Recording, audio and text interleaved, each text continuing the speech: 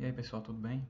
Estou gravando esse vídeo porque está chegando na época de definir os resultados do Enem, né? Hoje já é dia 22, o SISU já está mostrando aí as notas de corte. E aí eu vou tentar ajudar vocês da melhor forma possível, tendo a experiência de ter passado por esse processo de Enem 4 vezes no cursinho. Então eu já peguei muita experiência, eu já sei bem como é que funciona e eu vou tentar ajudar vocês. Eu posso a ajudar vocês a tirar uma boa nota para entrar no curso. Até porque eu sei o quão difícil é essa sensação de frustração de você finalizar o ensino médio, não conseguir passar, ou fazer vários anos de cursinho sem conseguir passar naquilo que você quer. Principalmente aqueles cursos mais concorridos, mas independente disso, eu estou aqui para ajudar todos a você elevar sua nota. Principalmente você que se encontra naquela situação de que não tem uma renda para pagar um cursinho, precisa estudar em casa, perdeu o apoio financeiro dos pais e assim vai. Então, é isso. Esse vídeo para ajudar a você aí com a preparação para o Enem em 5 passos. Vamos lá. Primeiramente, você tem que definir todos os conteúdos de cada área, como eu estou escrevendo aí, levando em consideração o grau individual de dificuldade. Não adianta você querer estudar demais, priorizar aquilo que você já tem muita facilidade no Enem. Você tem que sempre focar e colocar em primeiro plano aqueles conteúdos que você tem mais dificuldade, como no meu caso, matemática, natureza, que pelo menos até onde eu pensei eu não tinha tanta dificuldade, mas a prova vem mostrando que seu nível vem se elevando muito. E para você ter um TRI favorável, você tem que acertar muitas questões de natureza. Então, você tem que saber aquilo que você tem que focar. Linguagens também. Você vê o conteúdo e a área que você precisa mais e você vai anotando para ver qual você precisa priorizar mais. Porque muita gente acaba priorizando as coisas erradas e isso é um dos fatores que menos ajuda você a alavancar sua nota. Não adianta você não gostar de escrever redação e não gostar da prova de linguagens, porque sempre acaba tirando uma nota, digamos assim, baixa na sua perspectiva. Então, usando a lógica, se você está se dando mal nisso, você tem que focar nisso. Não adianta correr porque não gosta.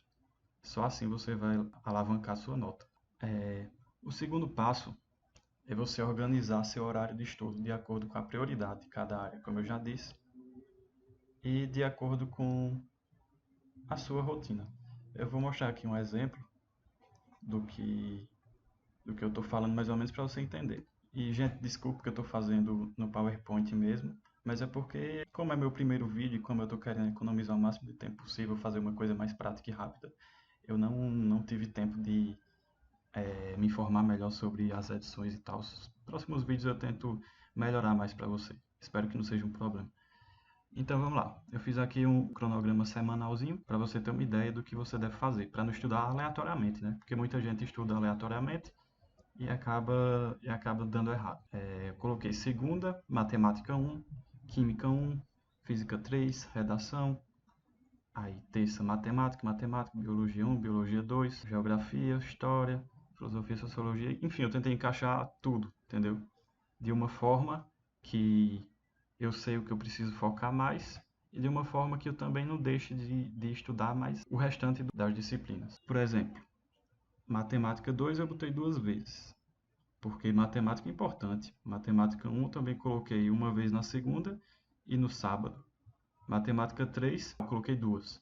Talvez o conteúdo seja menor também, e aí você tem que se ligar nisso, dar prioridade ao mais difícil para você e ao que tem o maior conteúdo para você terminar o quanto antes. Também analisando o que mais cai no Enem. Então, é isso. Isso aí é um modelo exemplar que eu criei, mas você tem de criar o seu, se adaptando à sua realidade. Então, antes de tudo, você tem que analisar tudo. Tem que ver os conteúdos, tem que ver tudo. E se você quiser, eu posso fazer o próximo vídeo e disponibilizar a lista, o sumário de todos os conteúdos que caem no Enem, caso você não tenha acesso a isso. Então, qualquer coisa é só deixar aí nos comentários. E outra coisa, pessoal, podem ver que eu coloquei descanso aí e eu vou falar um pouquinho depois sobre isso. Terceiro passo é você construir a tabela das metas semanais, mensais ou anuais, respeitando os horários e os limites individuais do seu dia a dia. Não adianta você se encher de conteúdo para estudar em um dia só, se você, sei lá, já está fazendo outro curso enquanto não entra no curso que você quer, ou se você está trabalhando, ou se você é ocupado o dia inteiro e só tem um pequeno horário para isso. Você tem que se organizar de acordo com o que você tem disponível. E a tabela você escolhe. Eu prefiro anual. Geralmente eu faço uma tabela do que eu vou estudar todas as semanas para o ano todo. Na verdade, eu não faço do ano todo de uma vez, eu faço para uma semana e uso isso para o ano inteiro, entendeu? Mas tem gente que gosta de fazer a semanal, como se fosse uma agendazinha mensal. Eu só tiro geralmente um mês ou um pouco mais na época de revisão. Aí eu altero o meu cronograma para tentar revisar o máximo possível com maior aproveitamento. Vamos lá. Isso aí é um exemplo do checklist que eu fiz de uma semana. Segunda, eu coloquei função de primeiro grau, modelos atômicos, eletrostática, estrutura de redação, terça, MC, MDC, razão e proporção, água e sais minerais. Podem ver que eu coloquei mais ou menos os conteúdos iniciais, introdutórios, porque para vocês terem uma ideia. Quarto passo, vocês têm que tentar cumprir ao máximo seguindo a planilha que vocês fizeram, mas tem que evitar priorizar a vontade de acabar o assunto em detrimento da importância de estudá-lo de maneira eficiente. O que eu quero dizer com isso? Gente, eu por 4 anos já senti muito isso e eu sei exatamente como é. Às vezes você está com a sua listinha, o seu checklist de conteúdos e aí você tem aquela vontade de cumprir a meta do dia. Por exemplo, você tem 4 assuntos para estudar no dia. E aí você vai lendo, lê a teoria, faz tudo, só que aí você não resolve exercício suficiente, você não faz resumo, você não presta atenção o suficiente, você está cansado lendo aquilo, e aí você vai e marca que terminou só pelo prazer de finalizar aquilo ali e mostrar que está acabado, entendeu? Mas você não pode fazer isso, você tem que cumprir ao máximo sua planilha. Se não conseguir, você vai ter que adaptar outro dia, mas você precisa cumprir com a melhor qualidade possível. Não é apenas quantidade. Você não pode fazer as coisas apenas por quantidade para atingir uma meta. Você tem que fazer com qualidade para saber que você está aprendendo perfeitamente aquele assunto que você está estudando.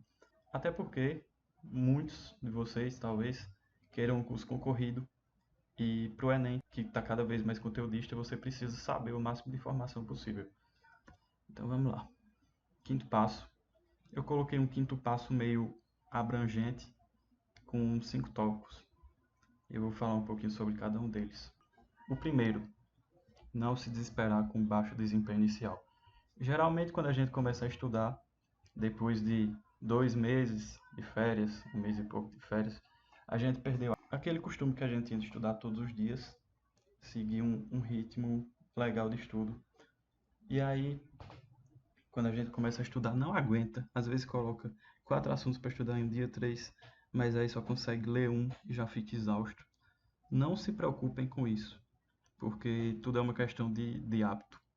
Quando você se habituar a fazer isso todos os dias, seu corpo vai se acostumar e aos poucos você vai aguentar ler mais, estudar mais. É como livro. Quem tem costume de ler livros, geralmente começam com um livro pequeno e mesmo assim não consegue terminar.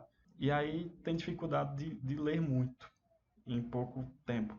Só que aí quando você vai repetindo esse processo de ler um pouco a cada dia e vai aumentando, depois de pouco tempo você já consegue ler um livro grande em um tempo pequeno sem sentir um cansaço mental tão grande.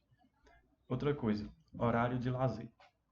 Você precisa ter um horário de lazer, não adianta só se matar, só estudar. Independente do que sua família fale ou do que o pessoal do cursinho faça, daquele povo robô que só faz estudar, não faça só isso. Por experiência própria. Eu, no início, no primeiro e no segundo ano de cursinho, eu fiquei só estudando. Eu não fiz exercício físico, eu não fiz nada fora estudar. E meu desempenho, por incrível que pareça, foi ruim. Para minhas expectativas, foi ruim. E no terceiro e no quarto ano de cursinho que eu coloquei um horário de lazer, mesmo que por pouco tempo, uma caminhada, uma ida à academia, foi muito melhor. Por quê? Porque você não é só uma mente, você não é só uma cabeça, você é um corpo. A partir do momento que você está só sentado, só estudando, sem se alimentar direito, sem ter um lazer, sua cabeça cansa mais rápido. Você precisa que seu sangue circule, você precisa que sua coluna fique em boas condições, não fique doendo e etc. Você tem que cuidar também do seu corpo para sua mente aguentar. Muita gente que eu conheço passou em medicina, mesmo indo para suas festas, mesmo indo para sua academia, suas programações familiares, mas claro, de maneira moderada. Você coloca no final de semana, quando tiver um tempo aberto. No caso do exercício, você pode colocar diariamente, se for pouco tempo, da forma que você quiser, de forma que não atrapalhe o estudo. Mas não pode deixar de fazer tudo e virar um robô, porque você não é um. Enfim, eu acabei falando da atividade física também, enquanto falava do horário de lazer, mas você entendeu que tem que ser a sua válvula de escape para você também não explodir, não chegar no meio do ano super estressado e aí não conseguir mais progredir, dar aquele gás final para o Enem, que é sempre lá em novembro. Eu vejo muito isso, muita gente dá o máximo no início, se mata e no final tá todo lascado e não consegue mais estudar o suficiente, nem revisar, e aí isso acaba atrapalhando muito no Enem. Outra coisa, mano, ignore pensamento negativo. Isso aí é só o que você vai escutar. O conselho que eu dou é para você nem ficar contando seus planos para o pessoal que você não tem total confiança nas intenções dele. Não fique dizendo seus planos. E porque muita gente acaba dando palpite negativo. Se alguma coisa dá errado, eles batem em cima e fica querendo saber da sua vida. Isso acaba gerando mais pressão em você e fora a pressão interna. Então, tente ignorar o máximo possível pensamentos negativos e também companhias negativas. Pessoal que assiste cursinho presencial, é muito comum ter aquela galerinha que se junta e no meio dessa galerinha tem sempre aquelas pessoas que estão sempre reclamando. Nossa, velho, eu odeio essa aula. Nossa, velho, tô muito cansado. Nossa, velho, tô morto. Nossa, velho, quero que chegue logo o Enem porque eu não aguento mais estudar. E assim por diante. Na hora a gente não percebe, mas isso acaba criando um efeito psicológico na gente. Não que eu tenha conhecimento sobre alguma coisa de psicologia, mas dá para notar, eu já passei por isso. Você acaba indo na onda, digamos assim, porque você acaba tendo aquelas opiniões do seu amigo para você. E aí ele não está com ritmo bom de estudo, você vê isso, acha normal, e aí você começa a não ficar com ritmo bom de estudo e começa a fazer a mesma coisa que ele está fazendo. E isso é uma influência para quem realmente quer estudar. Então, eu aconselho você a andar com gente focada mesmo, que quer o sonho e acabou, entendeu? Então é isso. Nisso aí eu também já falo do foco, que eu acabei de dizer. Você tem que focar no que você quer. Isso é seu sonho, você tem que dar seu máximo. Você tem que se esforçar. Você vai sofrer um pouco, mas se você fizer tudo certinho, na hora certa você vai conseguir. Também não fique louco se você não conseguir passar de primeira, dependendo do curso que você quer, porque cada um tem seu tempo. E é isso aí.